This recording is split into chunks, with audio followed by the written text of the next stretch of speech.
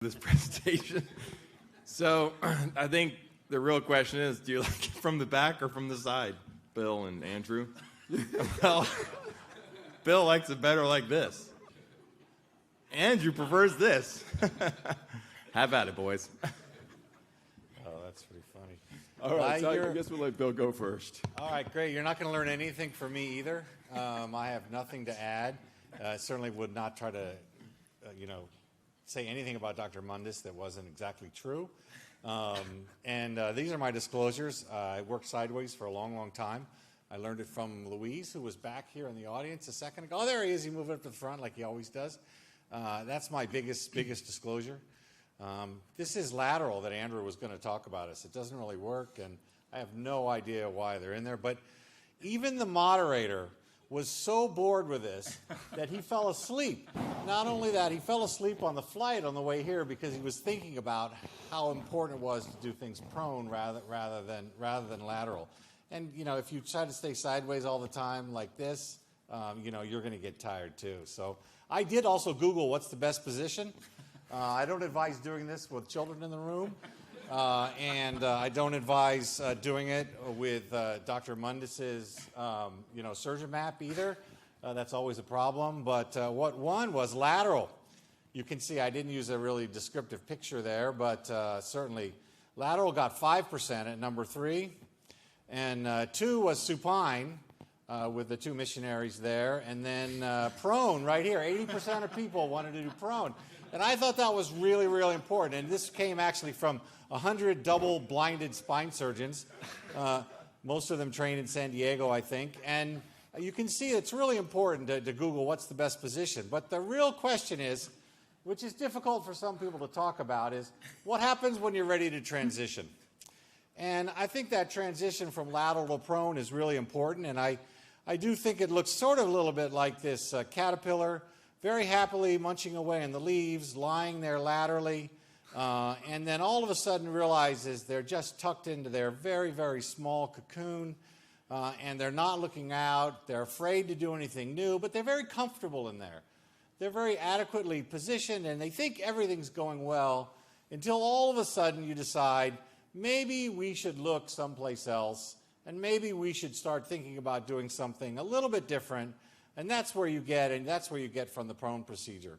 So when you're thinking about transitioning, this is what you want to transition into, and that's really the difference between prone and lateral right there.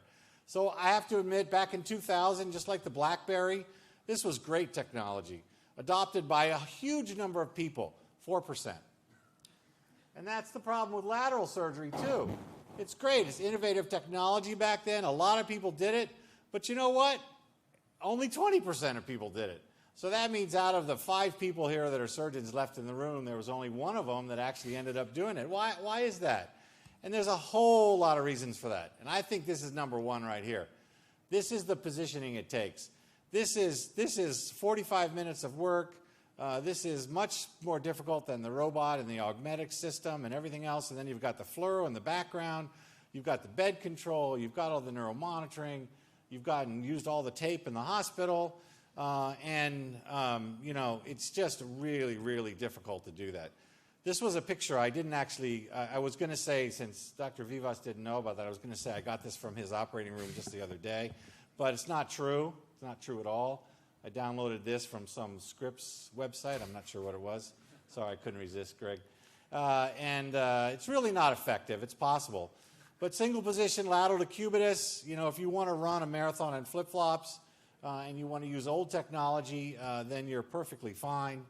And the reality is you can access the posterior column, but much like a rotisserie chicken, unless you really flip the patient over 4 or 5 times, then it's really, really difficult to get things done.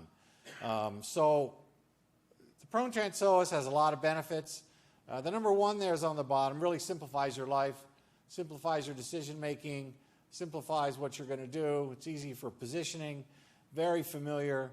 Access front and back easily. You can do releases in the back. You can do a laminectomy in the back. You can do whatever you want. You don't have to flip the patient 15 times. Increases your lordosis. Moves the lumbar plexus out of the way. Gives you more space in the peritoneum. and greater access to L4-5 with a coronal bend. So the fact is, every single piece that makes the lateral surgery difficult for a lot of people is automatically and easily fixed if you use prone surgery. I would only hesitate if a lot of these things are based on appropriate positioning and retractors and positioners. So the last thing really is navigation. I use navigation in every case. I haven't used the fluoro in a couple years now, just with prone, and so it really is nice to be able to do that. You do have data out there, although that's all I'm going to show. I'm not going to look at a single paper all the way through because you've been so much data tonight, and it's close to 7:05, and I'm sure you have all the dinner reservations at 7:15.